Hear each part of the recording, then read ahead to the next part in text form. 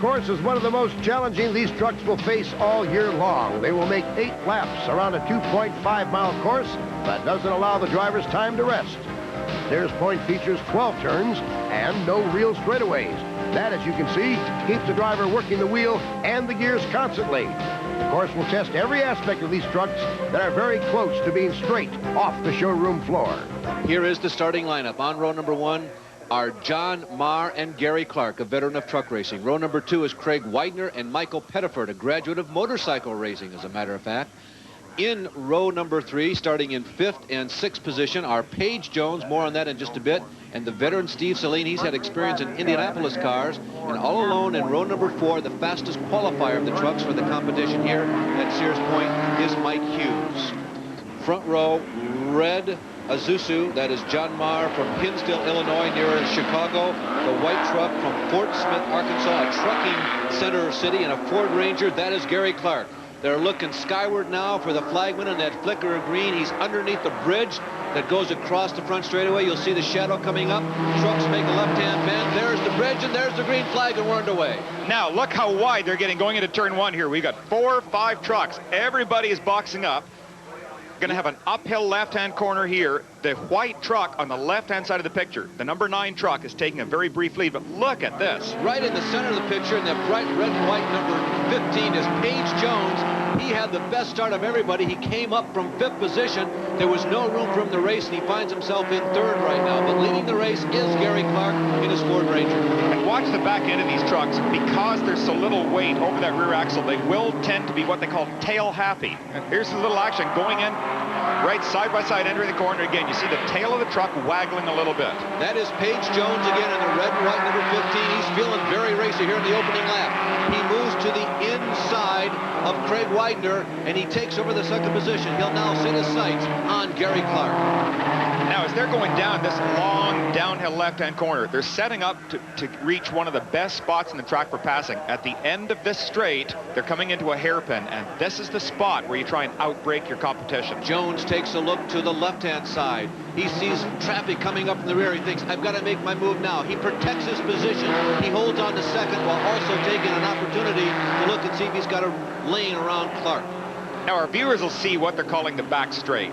They're entering these ultra high-speed S's, and here the train is forming. They're trying to get any little bit of a draft they can, a slipstream, to try and let the leading truck break through the air, take advantage of that, and maybe set it up for a pass. Again, you are riding with Mike Hughes. He started dead last in this race. He was the fastest qualifier. Believe you me, Paige Jones knows that he's coming.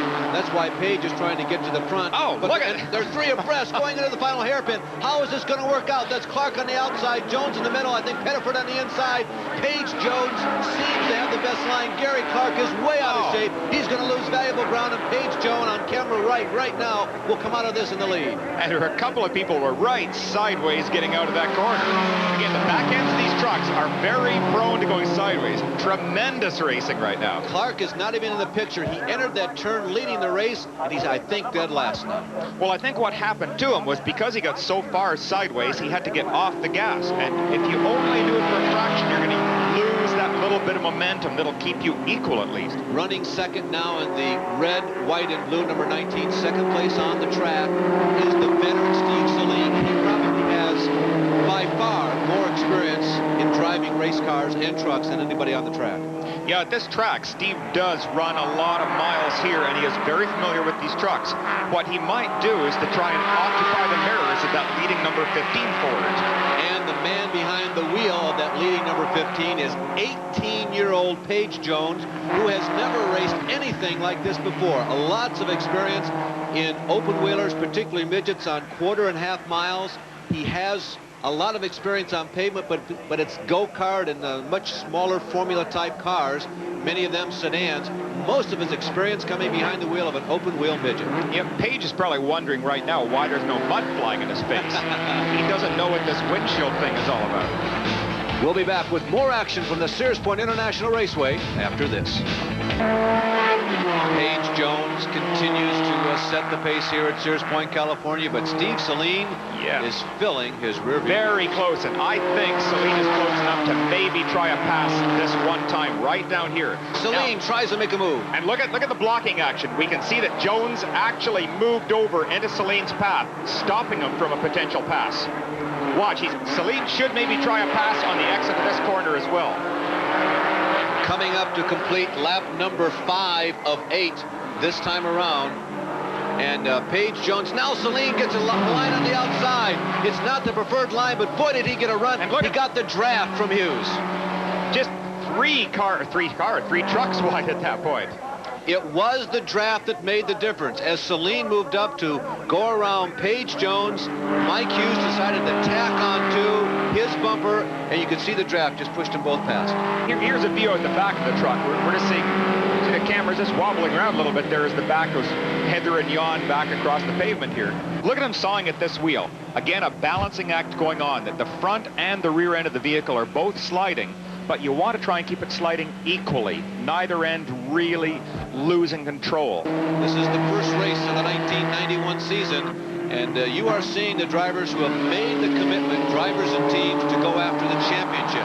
This championship gets a lot of attention from manufacturers because this is a showcase for their products, and every manufacturer offers bonus incentive monies for finishing in the first 3 in this division. Yeah, it is very much a manufacturer's challenge. Oh, there is a slide. Now, that's going to cost SALEEN some time.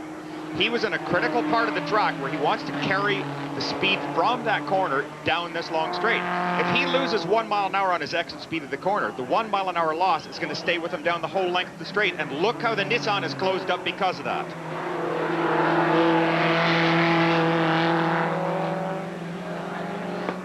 Oh, we've had a spin. That's the number 17 of John Marr. Remember, John began on the pole in his Marr Sports Racing Isuzu, and he had dropped back to the final position, so he's out there thrashing, trying to learn, trying to make up ground.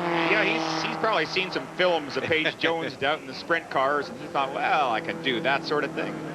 And you can see Steve SALEEN's truck is getting a little bit loose. The back end is sliding just a tiny bit more than the Nissan that's following. What happens particularly on these trucks with the rear tires, because you have so much less weight as compared to a car, is, and look at Hughes. Boy, he was really fighting that. Yeah, and that hurts him too, because he cannot leave the corner with as much speed as what he would have liked.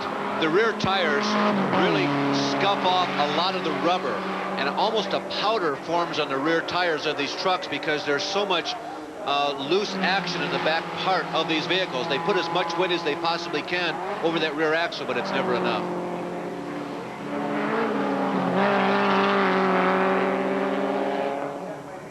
When we watch these trucks exit the corners too, again, for viewers who maybe haven't seen this racing before, they are not driving to the edge of the road. They are sliding to the edge. In all cases, it's a constant balancing situation. When you watch downhill skiing or if you watch tennis, it always looks very easy because the player is always wherever the ball lands or whatever. Same thing with racing. You say, I can do that. Unfortunately, it is a lot more difficult than what it looks like, and they are using every last bit of roadway and long slides. It's just the slides are so beautifully controlled, it appears that they are steering the vehicles to those parts. And not until you see those in-truck shots of Mike Hughes do you really get the true sense of that. You can see how hard they're working, even though, you know, the action may be slowed down a little bit by the long lenses we have on television. Once you get inside, you can see how quickly things go by. The slightest little bit of bump, too heavy on the curb, and steering wheel is almost jerked out of Mike Hughes' hand. He has to reach back up and grab a hold of it. Takes concentration, takes some strength. You can use those curbs, but you have to be careful. It's very easy to abuse them. Yeah, it's very reminiscent of riding with you in rental cars, Larry. Yeah, thanks, Bill. See, once again, just down this back straight, and again, this is all high-speed S's, the straight as they call it. And there's the hairpin right up ahead. That is one of the 2 very, very good spots for racing. Look at how wide it is down here. You have the luxury of, and look at the Nissan. Look at the back end. He's out. He's trying to hold it. He's got the clutch pushed in. Coming up is Mike Pettiford. Now watch for a truck passing by him. Mike Pettiford is not that far behind. And there goes Mike. He now moves into second. Paige Jones, he goes past. He is third. Yes, Pettiford had gotten by. The checkered flag comes out. Oh, boy. And it was on the final lap, obviously Hughes knew more than what we did. He spins out, but guess what? He'll be starting the next race right up front. He could be pretty strong.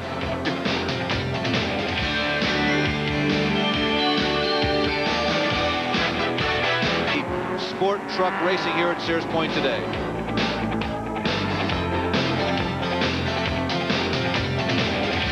SALEEN, the fight for second and third. He finds a lane on the inside of Page Jones, and I think he caught Page sleeping. I think he did too, and we saw the windshield wiper on for a moment.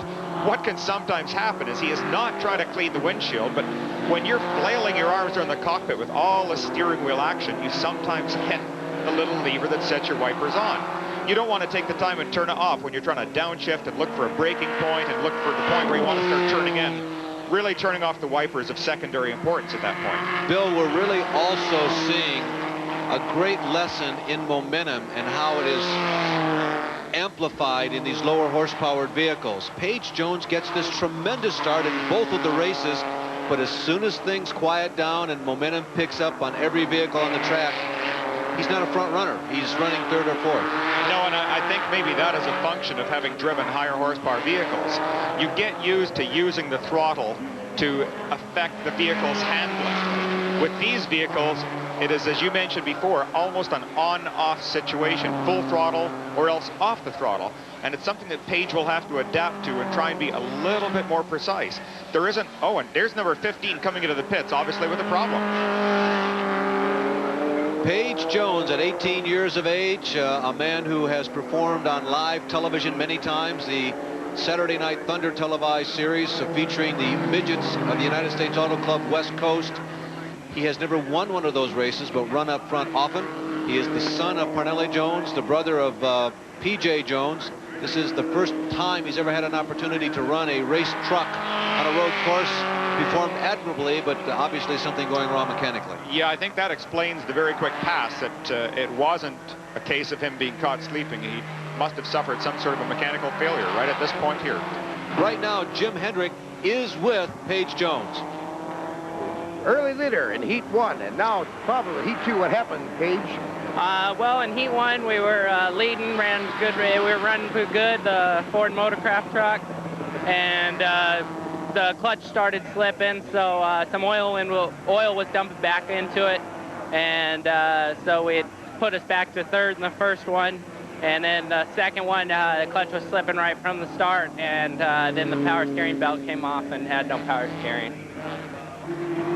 Back up front, back the action on the racetrack, Mike Hughes, fast qualifier, brand new track record over. And look at here, Mike Pettiford, who was running in third place, sort of keeping an eye on Greg Widener, has moved in on Steve SALEEN. This is the potential fight for second place.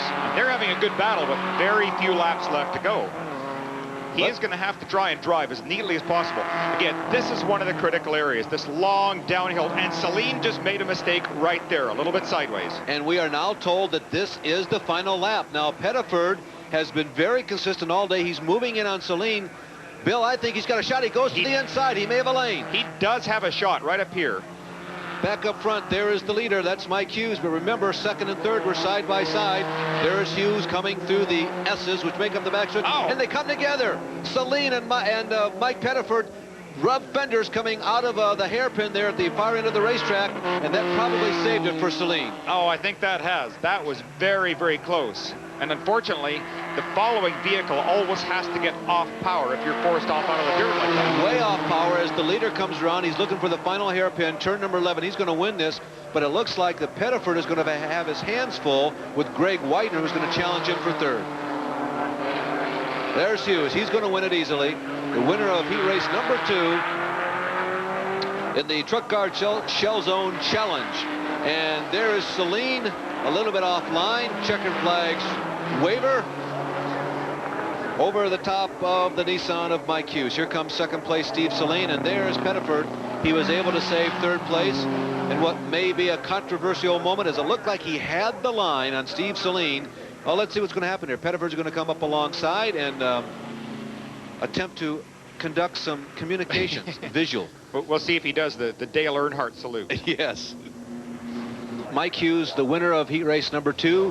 Steve SALEEN, the winner of the first race, comes home second. Bill, your thoughts? I think the appealing thing is that we're out in vehicles that are almost identical in horsepower, which really takes out the factor of having a superior vehicle, and thereby it comes down to driver talent. Well, for Jim Hendrick, who's been our man in the pits today, and Bill Adam, this is Larry Newber. We're wrapping up from here at Sears Point Raceway. This weekend, we have seen the best that SCCA has to offer in the showroom stock light categories of their racing. We'll be along for a lot more racing in 1991. So long from Sonoma, California. A promotional consideration has been provided by Kenwood. Kenwood introduces its new handheld and mobile cellular telephones. For the Kenwood dealer nearest you, call 1-800-4-KENWOOD.